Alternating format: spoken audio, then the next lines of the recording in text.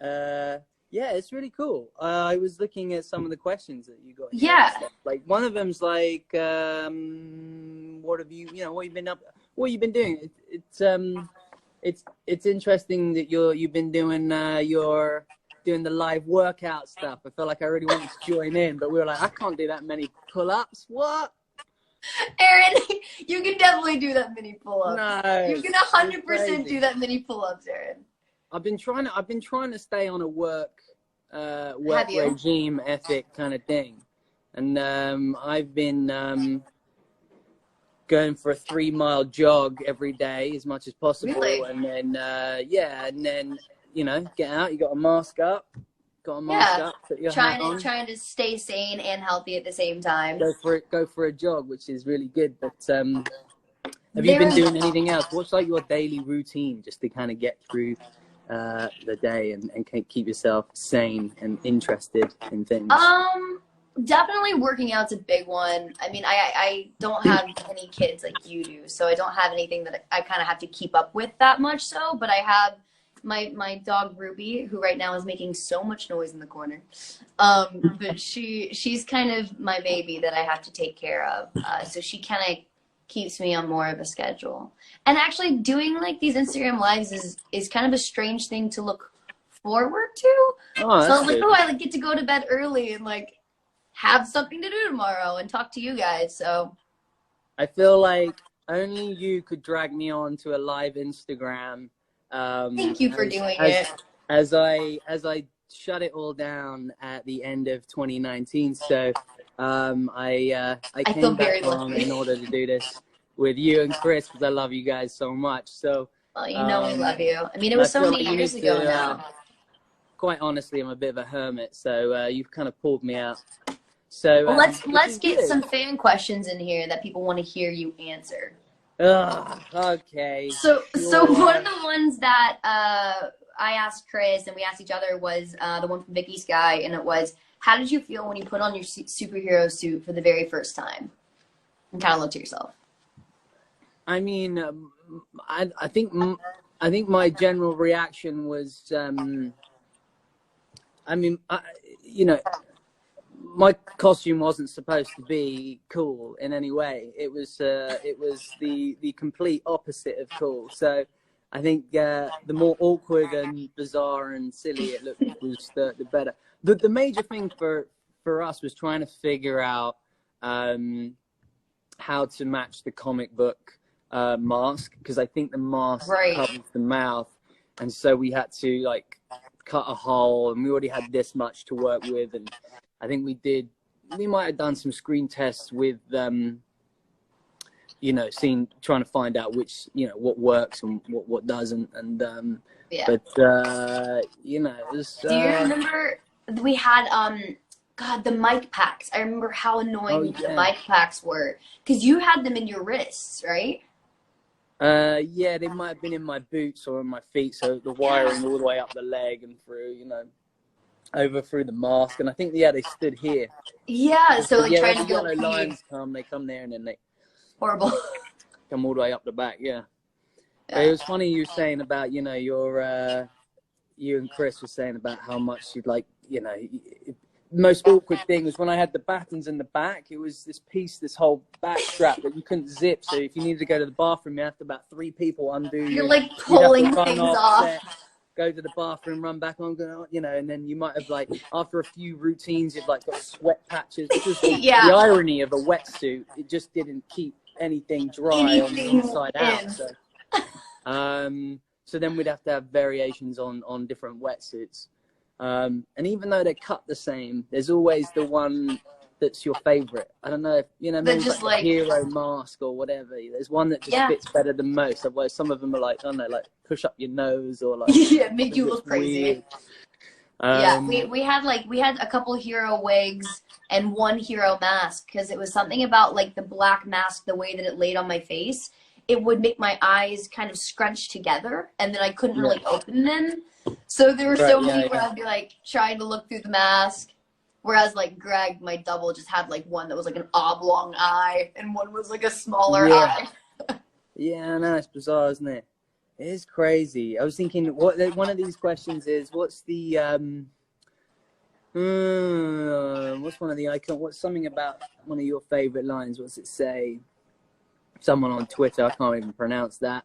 Kick-Ass is such an iconic movie with many memorable lines and scenes. What were each of your favorite lines and or scenes to film in the movie? Well, that's a bunch of questions. So what's one of your favorite lines, or what's one of your favorite scenes in the Kick-Ass movie? Probably my favorite line is the C word for Hit Girl. That's probably my favorite line. What I was going to say is just like Chloe dropping the C-bomb, just because I remember when you were shooting it and how it was such a, because that was one take, right? Yeah, Matthew. Because I remember really wanted it. You know, Chloe's 11. She had her mum and her brother on set, and I don't even know what the alternate line was, but it obviously was something you did take after take. And then Matthew said, "Yeah, can all we want is just one take of you dropping the C-bomb, and then." And then that was it. He was like, "Great, got it, done." That was it. We did the one take, and it was just, I watched it back, and I was like, wow, it's so intense and so funny and so wild. And so, I don't know, it kind of like, I think, it just kind of sums up the movie a little bit for me. Like this girl, a tiny little 11-year-old in a purple outfit and a purple wig, saying the C word with you in the corner, just like terrified on the ground. It's I know, very iconic moment. I think there was many sort of iconic moments in Kick-Ass. I think we were very fortunate and lucky. If I think about some of my favorite moments of making movies over the years, is that that would be Kick-Ass would definitely be up there as one of my favorites, because like Chris was saying earlier, it was an independent movie. But it was done on such a sort of big budget scale and under Matthew Vaughn's direction, and it all came under, you know, his vision. So it was his money, his vision. He could do and say what he wanted, and it's very rare to come by those kind of filmmakers these days, and even back then. So those are things that I miss about making movies now. I've never really worked within that kind of budget, that kind of those kind of filmmakers who can sort of put their money where their mouth is, and that's someone who Matthew can write, he can direct, and he can really produce, and so it was a huge, I think we were had a huge opportunity just to observe and learn from someone like that. It was really influential for me, that's for sure, you know. So definitely, and just like kind of the freedom that we all had to kind of go there on the day and do whatever we wanted, and kind of push the boundaries of the characters, and we were all just, you know, trying to figure out what we all liked, and he allowed us to have that freedom as young actors, you know, to kind of foster that. That was cool. Yeah, someone just said, do you keep any props? Have you kept any props? Have I kept any props? I have one hero suit somewhere in my house, which I'll try and find at some point. I'll try and take a photo of. So I definitely have that, and I think I have a couple of like the plastic or rubber Chinese throwing stars. So I have some of those, and then otherwise I have a bunch of rubber. Yeah, I have them in rubber, and otherwise I have like training balisong knives, and I have my nunchucks and like stuff like that from over the years. I'm pretty sure I have the mask. I think actually Matthew, when my daughter was born, or maybe it was for her first birthday, Matthew created a little baby Kick-Ass outfit for Wilder, for my first child, and it might have been for Halloween or something like that. Or we dressed her up for Halloween in a Kick-Ass outfit, and I wore her on the front. That is ridiculous. You were saying the other day that one of y'all's is almost around the same age that I was when I auditioned for the movie, right? Yeah, my Wilder's almost she'll be 10 in July, so yeah, very similar sort of age, yeah. Crazy. Yeah, I know. You start to realize how young that is when you're around. Absolutely. I know, it's crazy. I was thinking though, as you're putting this together, I reckon I have some posters. I think I still have some posters and T-shirts and things like that. That maybe I thought maybe we could I don't know, try if anyone wants to maybe do a competition or something. And we'll sign some stuff, and whoever, and we'll send it. Maybe we could do something like I don't know, like a TikTok dance thing or something. Like maybe you have to dress up as Kick-Ass and Hit Girl, Red Mist.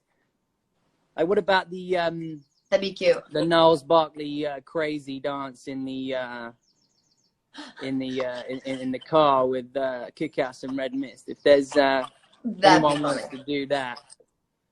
And kind of replicate it, and then try and win some like memorabilia. Yeah, interpret that scene, and maybe you can, you know, Hit Girl can pop up, and you can do a little dance or something like that, and we'll send you a bunch of gear or something, and we'll post it on our thing. We should figure out how to go about making that happen, and kind of set something up for people. I will find some gear, and maybe we can post it and see who wants to send in some videos, and then we can post them or something, and then we'll send it off to them. Yeah. Did you do much training for the role? Did you kind of because I know no, I think it was the opposite. I think that's just look to look a little complete opposite. Yeah. So you just kind of flailed. I got to train obviously a bit for Kick-Ass too, but yeah, I always find that kind of really hard, just because it's that thing where you want to keep the character as someone who's familiar, and you know, Dave Lazowski, I can't remember his name, was this ordinary kid who wanted to be a superhero, and yet so it's really hard to kind of blend what that was. I think I'd struggled trying to figure out how to have him kind of grow into that character without it being too I don't know. But it was good to be able to do. I think there's one here that says about, is this one, were there any stunts that you wanted to do yourself that the studio made you use a stunt person for? I think we pretty much got to do as much. I mean, every stunt coordinator and stunt unit director are always, if they can use the actor and the actor's willing to put in the time and effort and do it, then the best thing is you're the one doing it, because the camera angles are better. But if you can't, then there's stunt doubles, and if it's too crazy, obviously, and it's a height thing, or you know, and you got to have a harness and this and that, they'll probably use a stunt guy. But Chloe did pretty much, I would say, every single stunt she'd done, you know, it was all Chloe. And then obviously on the first one I didn't do anything, and then the second one I got a chance to pretty much do it all. I mean, you kind of want to, because it's always that dream, isn't it? As an actor, you kind of go, oh man, I want to be the one doing that. Actually, the first Kick-Ass, I think there's that jetpack sequence, and we fly out, and that's green screen. But we're all in, like, you know, we're all in harnesses and things like that. But obviously those are stunts, and that was they a still need to be painful technical sequence. Yeah. Because the harnesses, we sat there in those harnesses